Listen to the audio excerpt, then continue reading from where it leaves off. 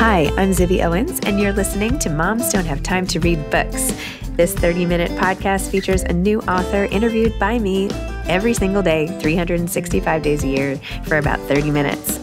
I am also the publisher for Zibby Books, which publishes 12 books a year in fiction and memoir. Our books are already out now. You can check it out on zibbybooks.com. And we have a magazine called Zibby Mag, where we have lots of wonderful essays and lifestyle features. That's at zibbymag.com. We have classes at zibbyclasses.com. And I recently opened a bookstore in LA called Zibby's Bookshop at 1113 Montana Avenue at 11th Street in Santa Monica. I hope that you are able to enjoy some of our other offerings. But this here podcast is the basis of all of it and started in 2018. And no matter what I do, this is basically my favorite thing. Enjoy.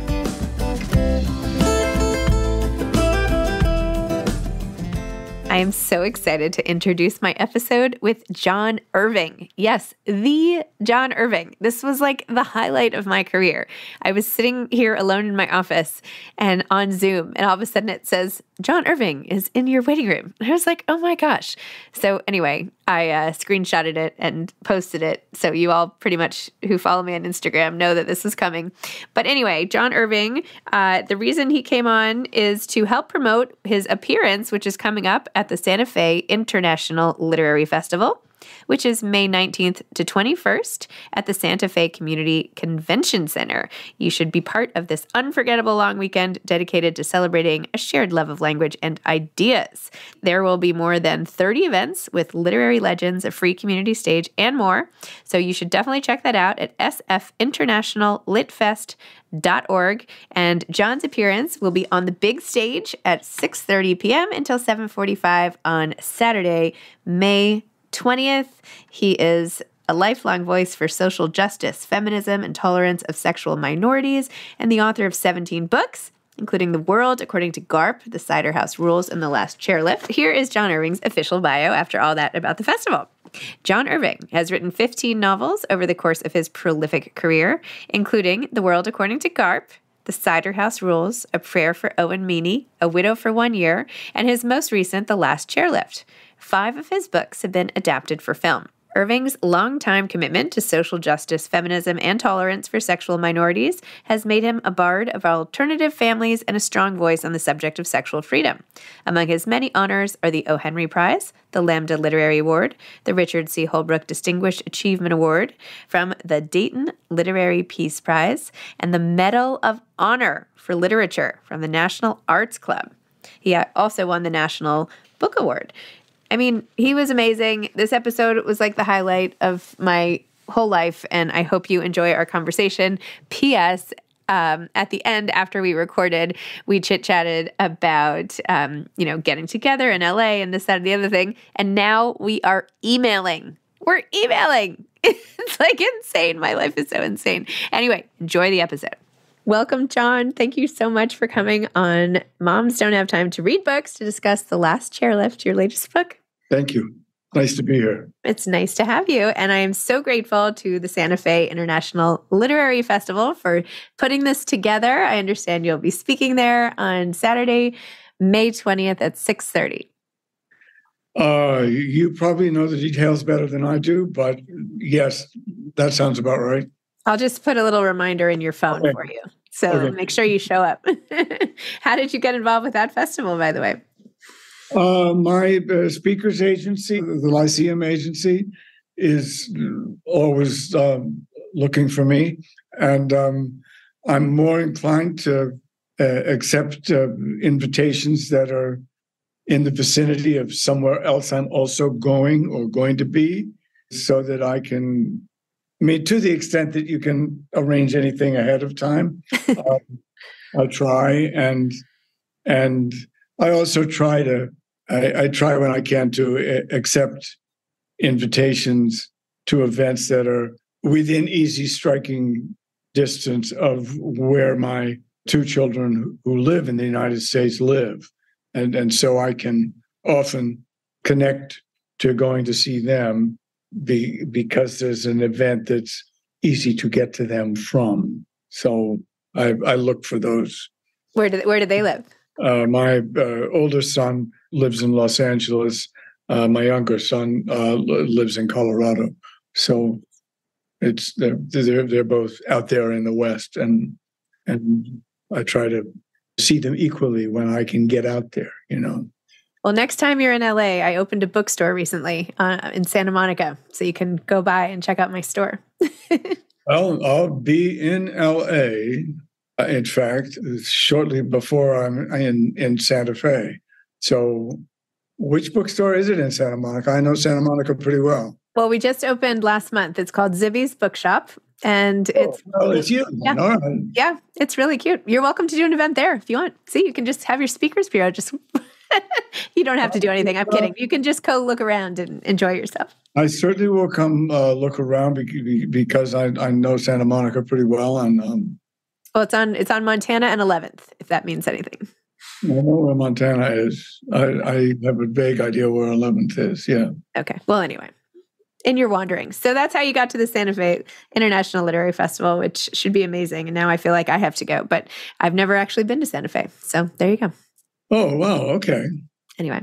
Okay. The Last Chairlift. This is called Moms Don't Have Time to Read Books, this podcast. And this is not helping matters with the length of this book, I have to tell you.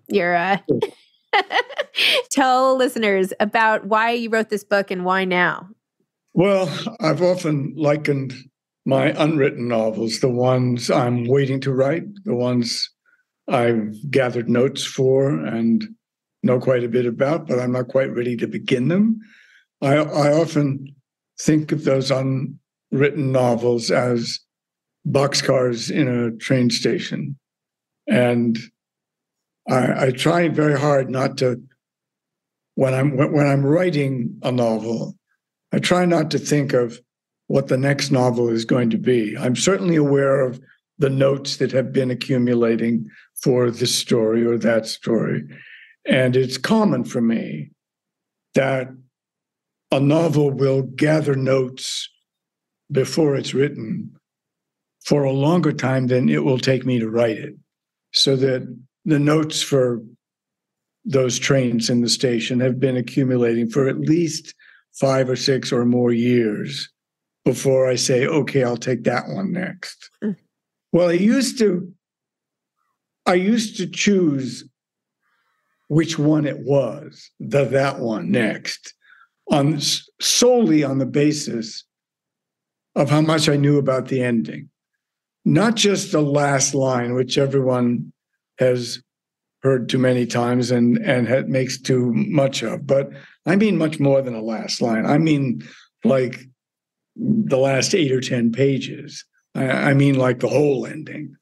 So the more solidly I feel committed to the ending of a book is likely to make me choose that one. Even if there are novels that have been gathering notes for twice as long. Last Night in Twisted River was the longest. It existed in a pile of notes with a story outline, with character descriptions for 20 years before I said, okay, you're next. That's unusual. But what's more usual is 5 to 8 years. A novel almost always has been waiting that long before I say, okay, you're the next one. Well, as I've gotten older, there's another factor that's come into the decision of which one is next. I've been consciously, over the last 8 or 10 years, trying to choose what looks like the hardest one or the longest one. Hardest and longest they don't always go together. By hardest, I also include not just the number of characters, the passage of time, all of which contribute to how long the story will be. But hard can also mean how much do I have to learn outside my own experience before I can even start. So that the Cider House Rules, for example, is considerably shorter than The Last Chairlift, shorter than A Prayer for Owen Meany. But it was one of the hardest for me, and it took the longest amount of time to write, or about the longest amount of time, because there was so much I had to learn about obstetrical and gynecological surgeries before the time I was even born, so that I couldn't. It was easy to see those OBGYN procedures that were being performed the same way they always were performed. But it was not so easy to see things that had been before World War II performed very differently. And so I could only see those on microphone. I could only see them in the company of sort of older, retired OBGYN doctors. There was just an awful lot of, and science is hard for me, never a strong subject. So the medical detail, being able to put myself in the point of view of two doctors, that took a lot of learning. And similarly, a novel like Until I Find You, which is so much about the history of maritime tattooing in the Baltic, in the North Sea. Well, I had to spend a lot of time in the Netherlands, in northern Germany, in Sweden, Finland, Denmark. I had to go live there and spend a lot of time with tattoo artists, and that was hard to calculate in terms of what it would add to the writing time of the novel. The Last Chairlift is on the page, by the word count, my longest. But it took only 6 years to write, because 6 years is average or a little under average for me, because there was nothing in it that was outside of my personal experience. There was nothing in it that I had to go and learn about. There are a lot of skiers in my family. I grew up in ski towns. I've lived in ski towns in the US, in Europe. So I didn't have to go anywhere. What about the ghosts? Well, there have been ghosts in my novels before, and the ghosts, like everything in my books, the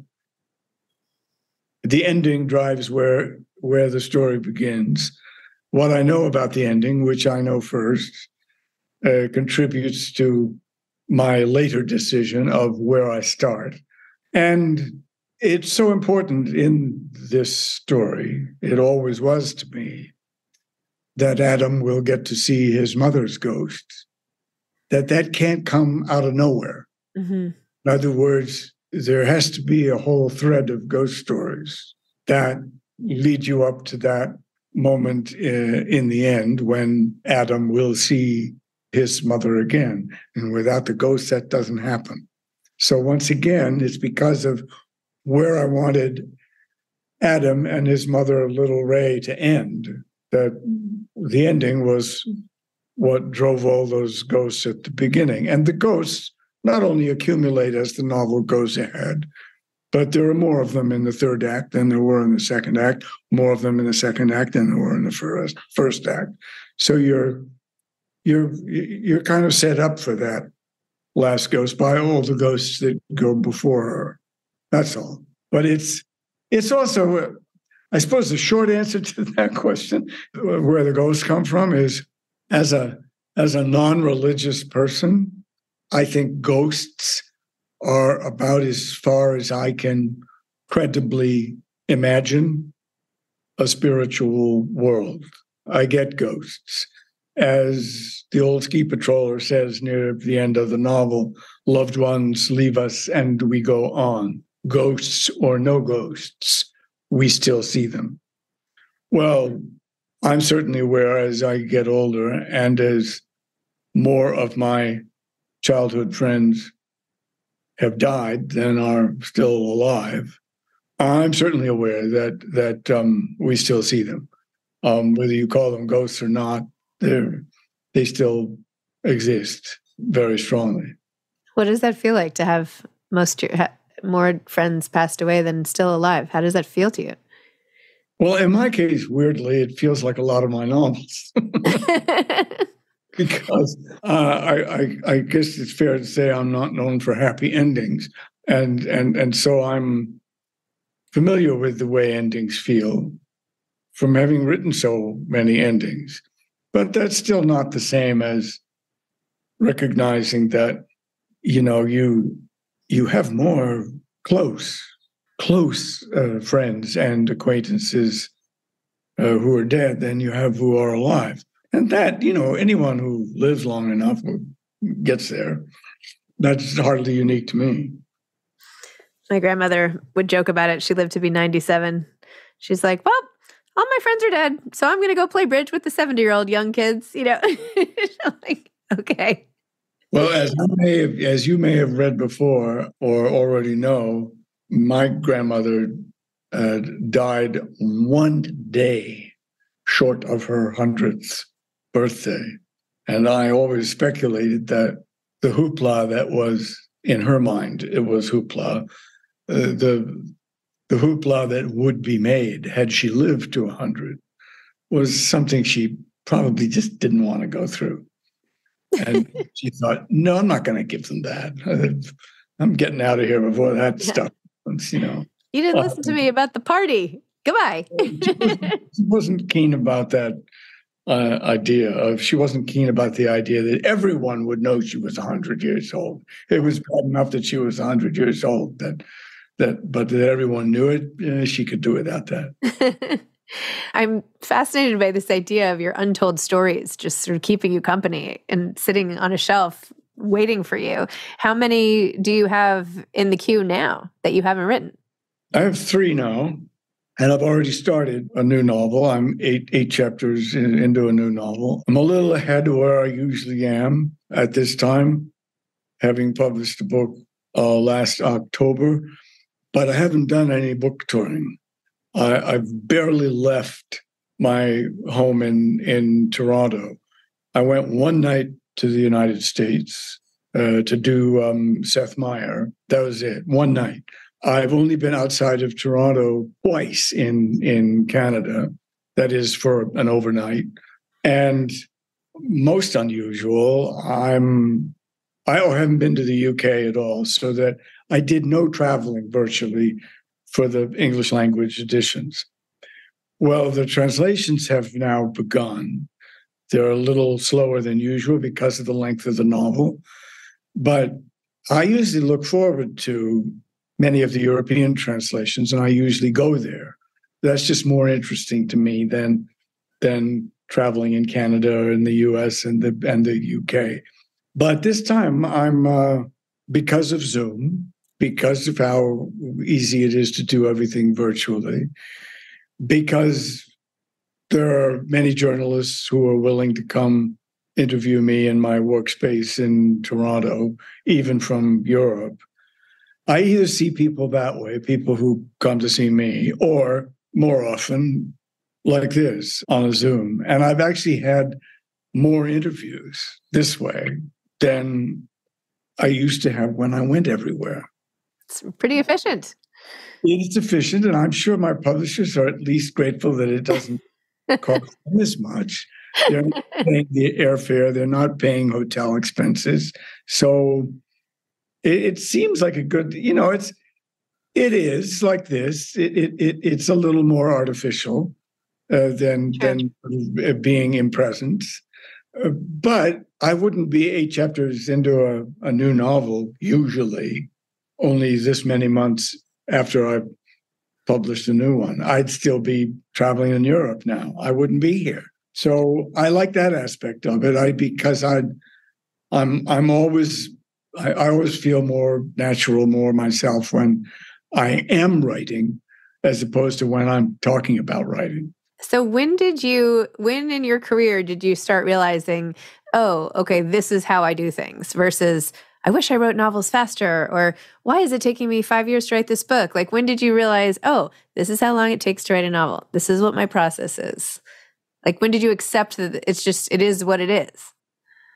Well, as your life or your development as a writer is evolving, at least in my case, I was unaware of its trajectory in the sense of what I understood about it or what I didn't understand about it. For the writing of my first 3 novels, I thought it was odd or curious that I knew the endings before the beginnings because I didn't know any other writers who wrote that way or had that experience. Even my first and foremost idol, Charles Dickens, didn't write that way. Dickens was known for serializing many of his novels. Dickens didn't need to know the end of a novel before he began it. Melville did. But I was older when I first read Melville. I was 17 when I read Moby Dick, only 15 when I read Great Expectations. That was the novel that made me want to be a novelist. Moby Dick, though, was the novel that showed me, oh, this is why you know everything about the ending before you begin, because your ending will be better if you do. When I read that novel, it was unmistakable to me that, well, everybody reading the novel knows the ship's a disaster. They know it's going to go down. The captain is a lunatic. The whale is undefeatable. You know that. You're not even halfway into the novel. You think, unless Ahab dies, they're all doomed.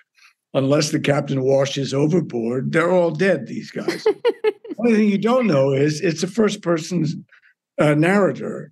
And how's he going to survive? Well, the means by how Ishmael will survive is in the earliest chapters. It's all set up. You don't know it when you read it, but when you get there, you think, oh, that's why one of the harpooners is a cannibal from the South Seas. That's why there's a non-Christian on board. That's why there's this superstitious guy who's a pagan, who is superstitious enough to one day believe he's going to die and ask for a coffin, and several days later change his mind and say, nah, I'll use this coffin for something else. I'm not going to die. And that coffin is a life buoy. Well, that was a lesson to me. So by the time I was 17, I was still in high school. I not only knew I wanted to be a novelist, I knew that it would be best if I knew how everything ended before I began. Dickens was a genius. Maybe he didn't have to know. Maybe geniuses don't have to know how a novel ends, but I do. And so, even so, knowing that, my first novel was historical. Of course, I knew how it ended. It was history. It was about the Anschluss. It was about the Nazi occupation of Germany and the Soviet occupation of Vienna. It was all history. My fictional story coincided with actual history, and I knew how the actual history ended. And my own story, I dovetailed to it. Well, the next two novels weren't historical, but they still turned out to be novels for which the ending had been written first. I thought, with The World According to Garp, that all that might have changed because one of the first sentences I wrote down among my notes was, in The World According to Garp, we are all terminal cases. And I remember putting it on a postcard and sending it to my then editor, saying, I think I have a good first sentence here. And he sent me back a postcard which said, sounds like a last sentence to me. Once again, he was right. The last sentence. I kind of resisted it for a while. I tried it as a first sentence. It had no place there. I tried it as a last sentence of the first chapter. And then I thought, it's the same as always. It's the end of the novel. And by the time Garp was behind me, the fourth novel, I had accepted that I see endings first. And therefore, knowing that and accepting it, I should choose the next novel I write on the basis of how well I know that ending. Because the one I have the ending more firmly rooted up here, the better it'll be. And wait for those other novels, wait for those endings to develop, which they do, which they always do. Well, at least I know now, after this last longest one, at least I know now that the trains in the station are all shorter trains.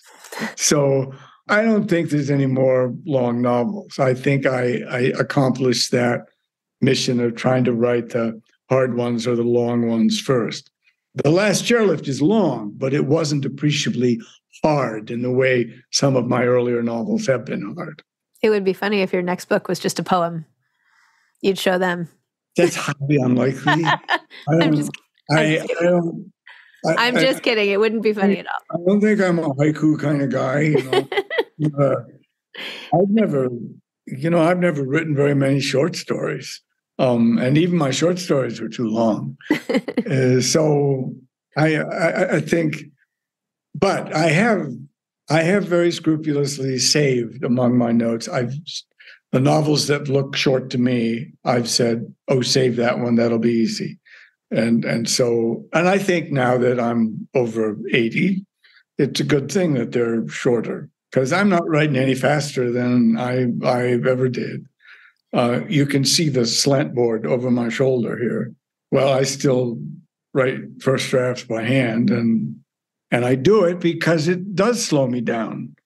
And slowing me down is good. When I'm on a keyboard, first, I make lots of mistakes on the first draft. I learned that. I used to, on an old mechanical typewriter, I used to write novels on a typewriter. Well, I learned very quickly, second or third book.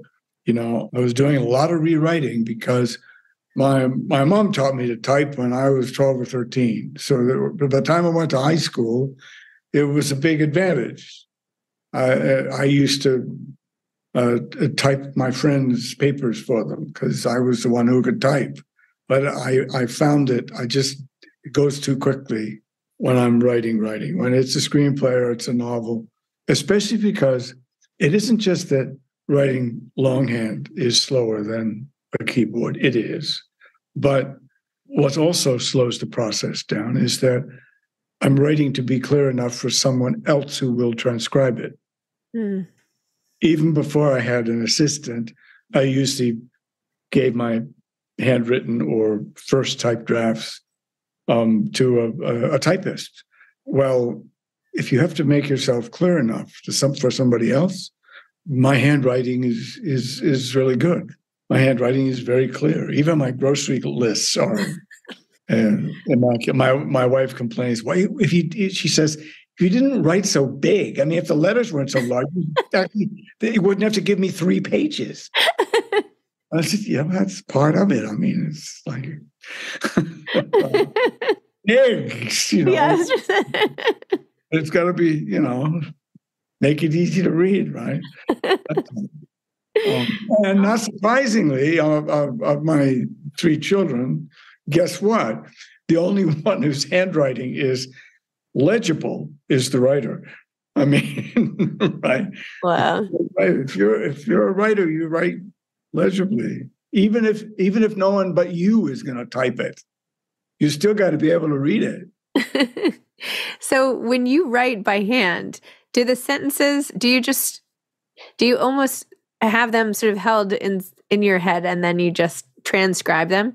Because I feel like sometimes when I'm typing, not to ever compare myself to you, but if I'm writing, I'm thinking as I go. Like I don't have it here and then it dumps down into the page. So what does that act like for you? I usually say a sentence to myself a couple of times before I write it. And another thing that's awfully easy with handwriting, if you have different kinds of pens, different colors of ink and stuff, highlighters around, well, you can write something one way and then write the same sentence under it, and write another sentence under it. And the first time you read through it, you pick up a highlighter and run a line through what strikes you as the best way to do it the next time, so that I or my assistant can say, "Oh, he likes this version better." And he or she, my assistant, they know, my assistants all know that I'm encouraging them to give me their feedback as they feel it. If some sentence that I've written strikes them as an ungainly duck, well, show me what you do. So when I get drafts back, I often, depending on how venturesome my assistant is, I often get somebody's variant alongside, my assistant saying, I would do it this way, or something. So it's good to have first readers. It's good to, I think I was also lucky as a young writer that my first experience with readers for my earliest attempts at fiction, those first experiences were really positive. The father of one of my best friends was an English teacher, was someone who, when he knew I wanted to be a writer, recommended books for me to read. And he was the first person I showed a manuscript to. And he was very constructive. He was very kind.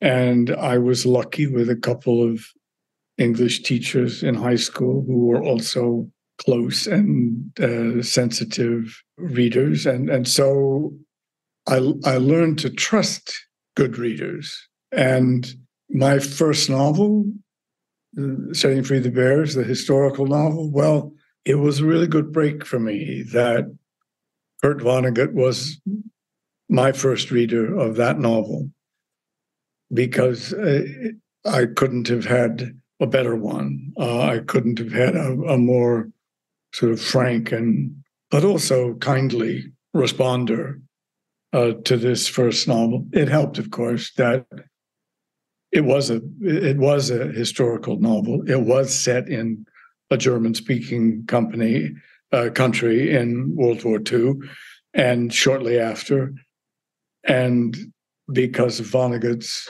own German background, because of his years as a POW in Dresden, I had a first reader who knew that history better than I did, and that was and my dad was my stepfather was a historian, and having him as a first reader, an early reader, not the first, but maybe the second reader of that first novel was a big help to me. And as a consequence, I think it's made me very receptive to the editors in my life. And when, because of a death, because of a change in publishers, when I've lost an editor and had to find another one, I also know who the good ones. I've had good ones, but that also tells me when I don't have a good one. When I think, okay, I got to change something. If not publishers, I got to have another editor, because I know how much good a good editor can do for you. And I think when you're starting anything, and when you're just beginning, if your first exposure with criticism is really negative, well, you're not going to listen to anybody. Mm-hmm. You're going to just say, screw that. I don't need to listen to this. This isn't helpful. If you have some positive experiences, then you not only know when someone isn't good and you can ignore them because you have someone to compare them to, but you also know that good people exist and can be found. And when you find them, you should listen, right? So it's a two-way street. I mean, if you get exposed to a good first response, by good, I mean something that benefits you, something that's going to help you. An older writer, for example, who can say, you're really good at this and you should do more of this. But because you're good at it, you're good at it, so don't do too much of it. Words to that effect. That's essentially what Vonnegut said to me. What did he think you were really good at? Taking a small detail and building on it until it's not so small anymore. He knew I was good at developing a narrative thread. He knew I was not so good at trusting the reader. He knew I reminded the reader of things that a halfway decent reader didn't really need to be reminded of, or they didn't need to be reminded of it maybe as many times as I said, well, I suppose the dumb reader got lost now, so I better say this again. I better say it a fourth time or a fifth time. And so every editor I've ever had has found a way, gently or not so gently, in the margins to say, my copy editor, who has been my copy editor now, she's been my copy editor since the Cider House Rules. We've been working together. Wow. So she knows me. I can't get away with anything with her. And And so she can also give me notes in a kind of shorthand that I know very well. And such as writing in the margin, duh, the reader knows. Excellent. I was like, oh, okay. That's that out. Right. Oh my gosh. Well, it's all about the team. Oh my gosh.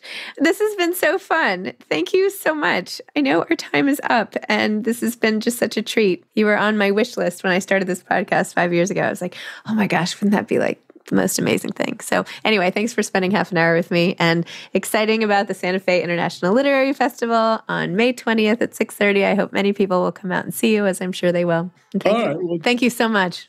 Okay. All right. Have a great day. Okay. Yeah, bye-bye. You too. Bye. Bye. Thanks for listening to this episode of Moms Don't Have Time to Read Books. Don't forget to follow me on Instagram at Zibby Owens and at Moms Don't Have Time to Read Books. Also sign up for my newsletter at zibbyowens.com and sign up for my virtual book club and meet lots of authors on Zoom every other week. Thanks so much to Steve and Ryan at Texture Sound for the sound editing. And thank you to Morning Moon Productions for providing this fantastic intro and outro music.